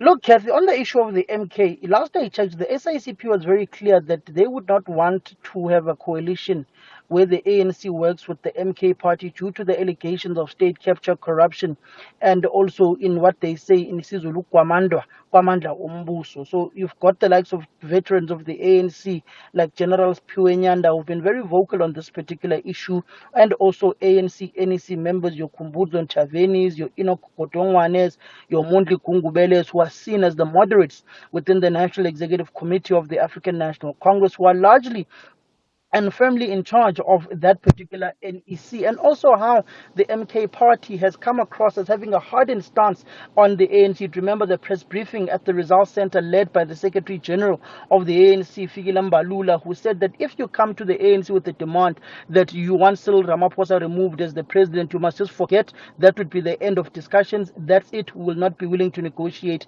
with you. And also how the MK had basically blue-ticked the African National Congress and not answered any of their calls and emails wanting to have an engagement. So the ANC has had a hardened stance because of the posture of the MK party. But what we are seeing in essence is what Harja, our colleague, has been saying, where the ANC and DA have realized that you cannot continue doing things as you've done them in the past. The DA and the EFF have had a working relationship, and that has hammered the DA at the polls. If you go back to the 2019 general election, which ultimately led to the firing of Musi Maimane, and that report that was done by Tony Leon, who now is part of the DA's negotiating team. On the other hand, the ANC has been wanting to work with the EFF 2016. They were given an exam, which Fikile Mbalula says they failed. They couldn't accede to many of the demands of the EFF. The same happened in 2019. I'm told there were as well on Tuesday when the EFF had a meeting with the ANC. There were 10 demands that were put on the table by the Economic Freedom Fighters, and the ANC left that particular meeting very much unhappy, which has ultimately culminated now in the ANC basically unplugging the EFF everywhere where it works with the African National Congress. So it essentially tells you that the demands of the EFF are seemingly too much for the ANC to meet. Hajra, does that mean Vuyani Pambo saying that they are still in talks? It's not over yet. Yes, they may have been surprised by these moves to get their members, at least at local levels, out of whatever positions they may have been in. But they sound like they're still keeping hope alive. But is the writing on the wall, you think? Is this it? Where Julius Malema is. I've not seen Floyd Shavambo lead so many high-level talks and hold so many press conferences and do so many media interviews in the EFF's 10-year history. But, I mean, Samkelo is the SABC. If the SABC puts Cyril Ramaphosa, John Steenhuisen and Julius Malema together on a panel, the SABC could probably convince them to work together in the national interest, because some of the ridiculous demands the EFF have been making is not something that they could say in the public domain and defend in the public domain if it was contested by the ANC and the DA. What's been happening for the last 15 years is, when we had proper transformation, when there was a synergy on black economic empowerment, employment equity, and affirmative action between the presidency, departments, SOEs, and there was strong compliance, forced compliance on racial targets for labor. We had a 5% economic growth in the country. And then state capture happened, and the cake kept getting smaller, and the ANC kept eating as much as it could without being cognizant of the lived experience of South Africans. We had a pretty good life as black professionals 15 years ago, and it has gotten harder. And unless something dramatic happens, if we keep doing the same thing, we're not going to go anywhere. So I do think the ANC and the DA have heard the message of the electorate, and it's about their own survival and the country's survival. And I do think there should still be room for the EFF's inclusion. The reason I am not noting MK is not because I have anything against MK or Jacob Zuma, but the elections just happened. I was very skeptical of COPE in 2007, and they don't have a long track record. And my understanding is the ANC has spoken to MK, and MK said its demand is for Cyril Ramaphosa to resign. So I don't think there's any pathway to success for MK in the GNU. However, I do think that if ANC members, one or two of them, vote MK, or if the NFP decides to vote MK instead of with the ANC and DA and IFP and KZN, Jacob Zuma could be the man who appoints the Premier of KwaZulu-Natal. And I don't think there's anything wrong with that, because they legitimately won the majority of votes in KZN. I'm worried about Transnet and the economy and tourism and service delivery there, but it would be a credible outcome. Samkele, are there any potential spanners that could be in the works? So when we think about the scenarios, because a lot of the focus has been around constituting this government largely around the ANC, because is the simplest way, given the fact that they're sitting with 40% of the vote. If on the eve of tomorrow's sitting, we still don't have full commitment from the DA that they are 100% in. Yes, they confirm there's a framework, a draft framework in place, but they're not willing to throw their weight fully behind it. Is it just a case of semantics that they don't want to get ahead of themselves, or do you believe that they could genuinely be other conversations taking place, and what would those conversations likely be? Look, Cathy, the DA can't come out and conclusively say that there is a deal between themselves and the ANC. Even Hlabisa was stretching it yesterday when he said that there's a deal between the DA and the African National Congress and themselves, because the ANC cannot communicate a deal without having ratified it and finalized it in the National Executive Committee. So today's NEC meeting at 4:30 will be the NEC meeting that will receive a final report from the ANC officials on the negotiations, on the route the NWC and the officials have decided to take, which must be essentially rubber stamped and signed off by the highest decision-making body between conferences of the ANC, because the IFP, in order to communicate its decision yesterday, needed to get the mandate from the National Council. And ultimately, the DA needed to go to the Federal Council this week in order to get a mandate, and then FedEx will ultimately implement the decision of the Federal Council of the DA. Is the same with the ANC. The ANC had marathon meetings yesterday, which finished at about 1:30 in the morning. Before that meeting, an officials meeting took place. After the officials meeting, a meeting of the ANC's and Tripartite Alliance Political Council took place, which finished at about midnight.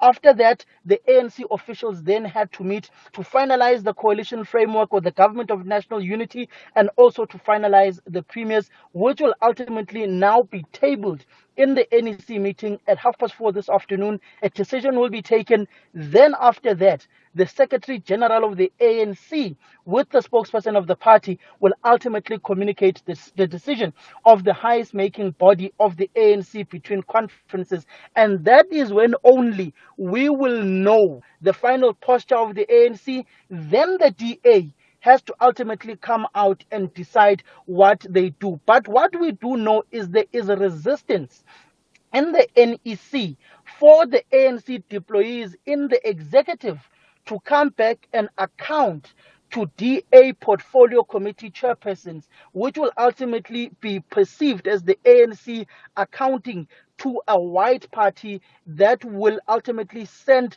down bad taste to some ANC supporters who are saying you can't go into a formal coalition with the DA. You would rather have a voting arrangement with them, but accommodate them in the executive like you did in 1994, which the National Party, when F.W. de Klerk was ultimately the deputy president of the country, but after 2 years, he ultimately walked away after the CODESA negotiations. Hajra, no done deal yet, but we're seeing again the moves to remove EFF officials. Does that not say that there must be some level of commitment that is in place, even though we might not know what that commitment is? You know, the most important thing in politics, which is a blood sport, is knowing the opportune moment to be humble. And I think political parties up to this point, and the EFF still now, made a mistake in their tone and their approach. I think the ANC would have preferred to go with the EFF if the EFF had the numbers to carry them over the line. I think that Julius Malema defending Jacob Zuma in the election campaign cost the EFF votes. I still don't understand how MK did as well as it did. I don't think it is simply tribalistic. I do think Jacob Zuma presented a compelling vision that Native Africans should take back the country and should take back the ANC. And I think because we have not dealt with high levels of poverty and inequality in the country, it has led to an environment where revolution is possible. So because of that environment that we are in, I would have preferred if both MK and EFF were included in the government of national unity instead of being a destabilizing voice outside. And I think the onus is on President Ramaphosa to convince the DA of this and convince MK and the EFF of this.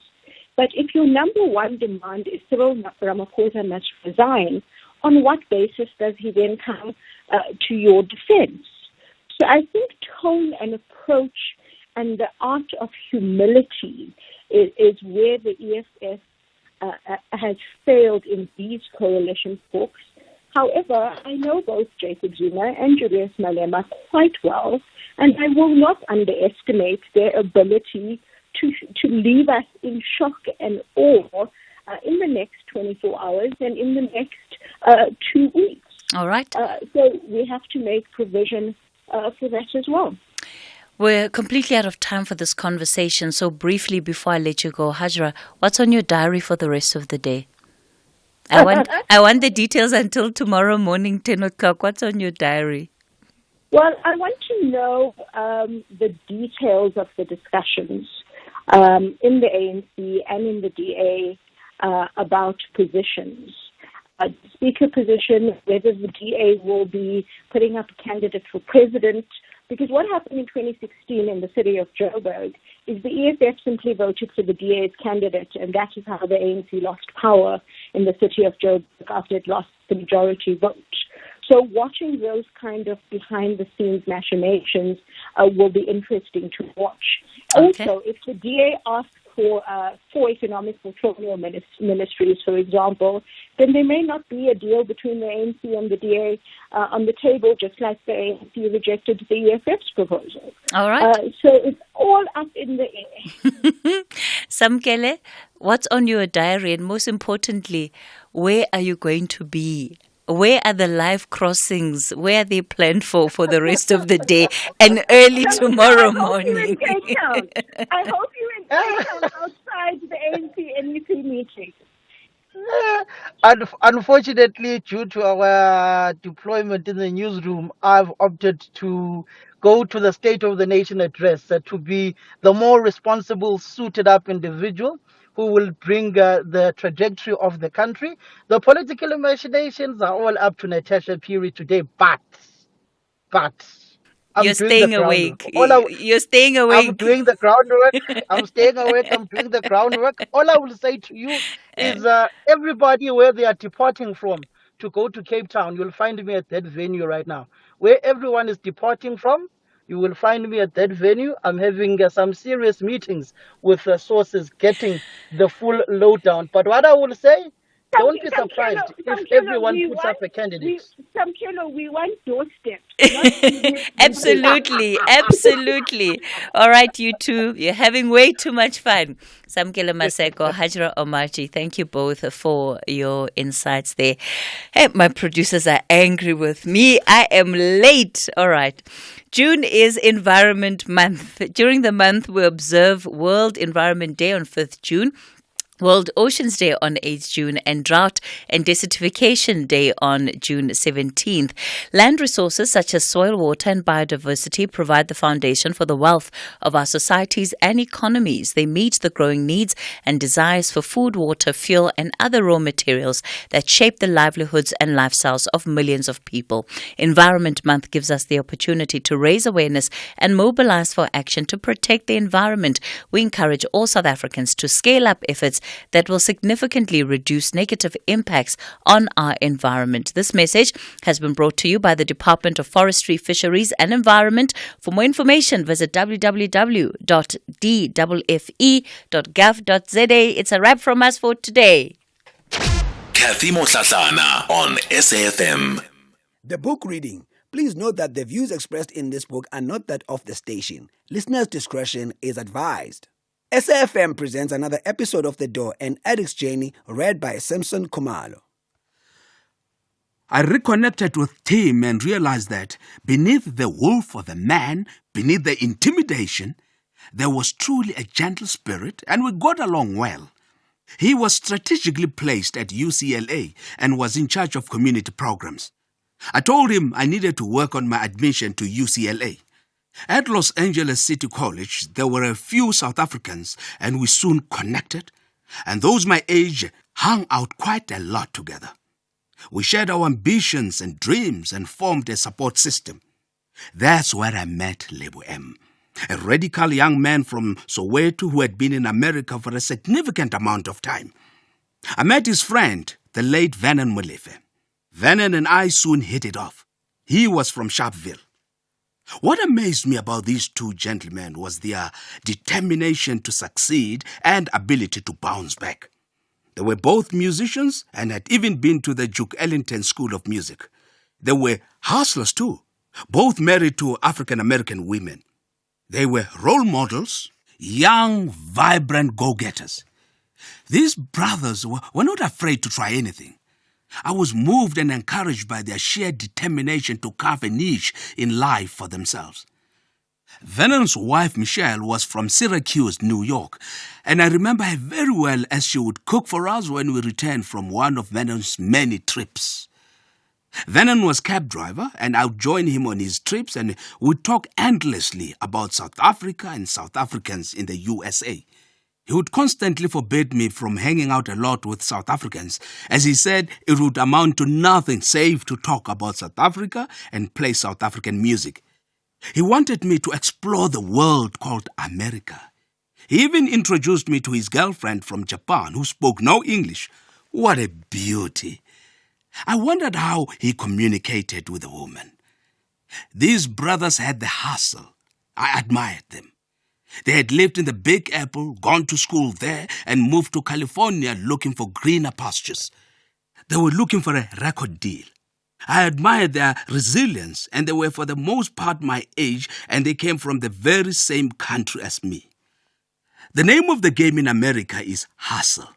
It's not such an easy place, but I can testify firsthand that it is a land of opportunities. If you set your mind to achieving something, you can indeed achieve it. I set my goal on going to school. Since mine was very hard for many South Africans who found themselves in the USA not funded by some institution, we had to hustle for ourselves. I took odd jobs, and one of them was at Wendy's, an equivalent to McDonald's. One normal Saturday, I was flipping burgers, tired as hell, and dealing with the attitude of the Mexicans who thought they were better than me. Little did they know that this was my temporary station. I was headed for greater and better things. This was merely a means to an end. I wasn't looking for a career in a fast food restaurant. Lebo and Vernon drove into the parking lot in a limousine, and we figured a celebrity was looking for some junk food. I continued with my dishes, and then my manager told me I had 2 visitors. My jaw dropped when I saw these brothers walk into the restaurant to show me their record. They'd cut a record deal and had been paid. They were ecstatic. I was happy for them. We hung out for a bit outside before my Mexican boss told me the dishes were waiting. Vernon slipped a $100 note my way, and I was grateful. I went home that evening only to learn from my roommate that the 2 brothers had been arrested and were now sitting in an LA county jail. I couldn't believe it, and got nervous that since they had stopped by at my work, I might be next. The story goes that, elated by their hard-earned achievement, they decided to eat at an exclusive restaurant in Beverly Hills and splash around some of the money they had earned. But unbeknown to them, on the other side of town, there was a robbery committed by 2 black men. The manager, or whoever in the restaurant, phoned the police, and in no time there must have been 20 police cars waiting for them outside with guns drawn. When they completed their meal and were ready to go, they didn't anticipate that prison was waiting for them. The cops were waiting, and needless to say, they were arrested and whisked off to prison. American police have itchy trigger fingers, and LA was riddled with gangs. If you're a black man on the streets of America, you are guilty until proven innocent. It became a massive struggle to get them out.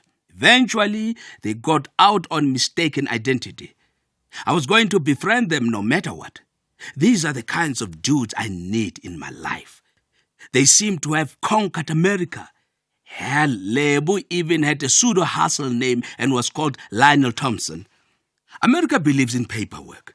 And if you have legit paperwork on you, you are good to go. It could be that you acquired this paperwork by some other means, but that didn't matter so long as you got it. You can produce it and it matches your face. Lebu, through his connections around central Los Angeles, had gotten papers that said he was Lionel Thompson. What the heck? Talk about a hustler.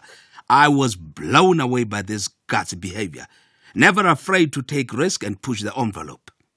I was working with the Mexicans and they did all kinds of jobs and were professional at it. At Wendy's, I started washing dishes at the back and soon moved up the ladder and was promoted to French fries, and before long, immigration was looking for illegal aliens, and since I didn't have papers to work in America, I knew the end had come. Many Mexicans were known to be illegal in America, and now and then immigration would do a sweep in search of illegals. Since I was black, they probably thought I was an African American and they didn't bother asking me anything. Even so, I took it as my cue to quit and never go back to that place. I laughed about it with my roommates, but I was scared shitless at the time. I was getting more pressure from the college to pay my fees, and I just didn't have the money to do so. I delayed giving them an answer as long as I could. Come exam time, I was called in and told that if I didn't pay, I couldn't write the exams. I would know that was coming and had to terminate my stay at the school without writing the exams. What I didn't want to do was give up and throw in the towel. That was just too easy. I tried many strategies. I went to my lecturers and professors and asked for letters of commendation on my performance during the 6 months I was in class. They all but one gave me a letter of commendation, which I used to apply to all the institutions I could find, but nothing happened. All I got was rejection. I must say, the thought of going back home skipped through my mind. I was homesick and I'd never been away from my family that long. I'd been in Los Angeles for almost 2 years and nothing seemed to be working out. I'd been to a few South African parties in LA, and sometimes we would turn the music down and sing. We'd discover some voices. You can never compete with Americans when it comes to music, though. They are not only talented, but also gifted, and they do it with ease. But we watched on numerous occasions how fascinated they were with South African sound and that it was rather unique. So what we took for granted was an enigma to them. I even went with a few Americans to watch Ladysmith Black Mambazo. They were shocked and surprised by the sounds that came out of South Africa. The halls were packed to capacity, and every South African who came to America to perform, so long as they did their own music, did exceptionally well. So we started a choir and named it Themba, the Zulu word for hope. We rehearsed and rehearsed until we perfected our art. The late comrade Oliver Tambo, then president of the African National Congress that was at the forefront of fighting for liberation in South Africa, was visiting the shores of America, and one of his stops was L.A. It was a big deal among activists, and there were posters about his visit everywhere. With a colleague, I approached the person who was hosting Oliver Tambo. We introduced ourselves as musicians and asked if we could sing 1 or 2 songs for the leader of the movement. We got the gig, and Themba was launched. After that, we scouted for opportunities to sing, and Themba grew by leaps and bounds. We even got paid for our efforts. We stuck to the South African sound, and there were many people who appreciated our sound. February in America is called Black History Month, and most communities celebrate the struggles, contributions, and achievements of African Americans. We were featured as Africans from the diaspora and given platforms to express the struggle of the South African people. We received lots of sympathy and made many friends and saw the black side of America firsthand. I came to know and appreciate the plight of the African American people, and I realized that the struggle, even though they had achieved greatly, was far from over. There were incredible similarities between our struggle and their struggles. The Jim Crow laws and apartheid were somewhat similar, and the Americans could relate to the struggles of the African people. Soon enough, we met Hugh Masekela. When he came to L.A. to record his albums, he would call us into the studio to back him up. and I became an AFTRA SAG member. I belonged to the union and was actually making money. I'm not a musician, but things have a way of panning out. We recorded with Caiphus Semenya, Quincy Jones, Little Stephen Van Zandt, and many more. I even worked for Debbie Allen on A Different World, an offshoot of The Cosby Show. I appeared on a few episodes with Sinbad. Tama was going strong, and any time the likes of Alan Busa came to speak,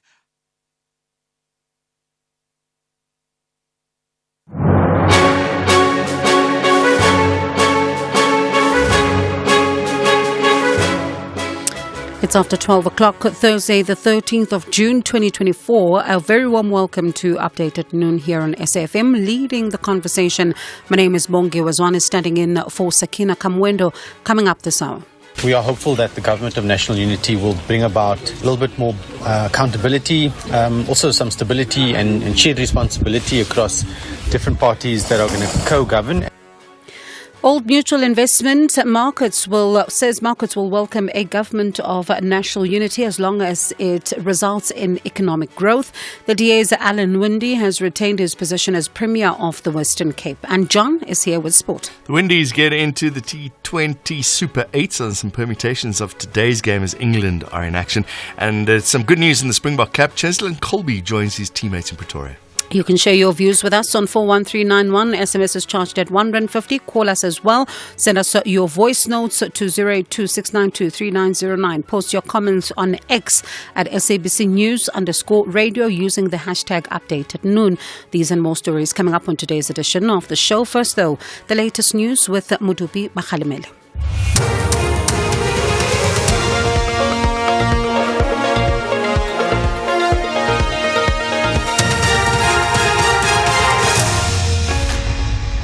Thank you very much, Sister Bongi. The top stories this hour: dozens of police officers arrested in Gauteng, and the ANC to back the IFP for KZN Premier. A very good afternoon. Gauteng Police Commissioner Tommy Mtombeni says over 50 police officers have been arrested for various crimes, including murder, rape, and corruption. He says out of that number, 12 officers have since been fired. Mtombeni reflected on his first 100 days in office when he addressed the media in Pretoria. As we know that corruption is a problem, it's one of our priorities. We managed to arrest 51 members of our own, of which 12 have been discharged. And out of that, 5 is for corruption, and then 2 is for fraud, 1 is for murder, 1 is for rape. So we are continuing with these strides in ensuring that the communities are and they feel safe. The Mohlahlana municipality in Limpopo has dismissed one of its managers, Jabulani Mashamaite, who was responsible for corporate services. He's implicated in the reports of the SIU and the Public Protector relating to the illegal appointments of more than 400 workers as well as tender irregularities. Municipal spokesperson Malisela Silukela says the matter is an internal one. Whatever that is happening between the employer and the employee, the conflict or whatever it is, we cannot discuss the differences or the relationships or whatever is happening between the disciplinary processes between the employer and the employee.